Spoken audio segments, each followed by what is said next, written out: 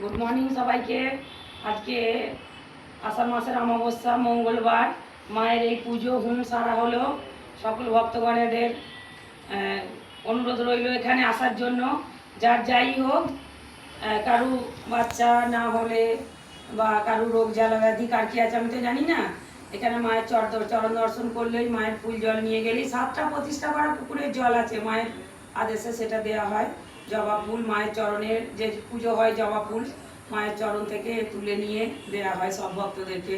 কারো ব্যবসা বাণিজ্য, দোকানদানি, বাচ্চাদের লেখাপড়া বা আরও অনেক কিছু মানুষের ব্যাপার আছে। আমি তো সব ব্যাপারটা জানি না।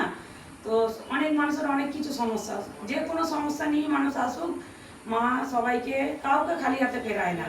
কিছু না কিছু মানুষ ঠিক পাবে এখানকে আসলে। মায়ের উপরে ভরসা রাখলে, বিশ্বাসে মেলাই বস্তু তর্কে বহুদূর। যেখানে বিশ্বাস ভরসা করে আপনারা আসতে পারেন, সকলের মনোবাঞ্ছা পূর্ণ হবে। সবাই আসুন। জয় কৃষ্ণকালী মায়ের জয়, জয় তারা মায়ের জয়, জয় গুরু বামদেব, জয় মা তারা।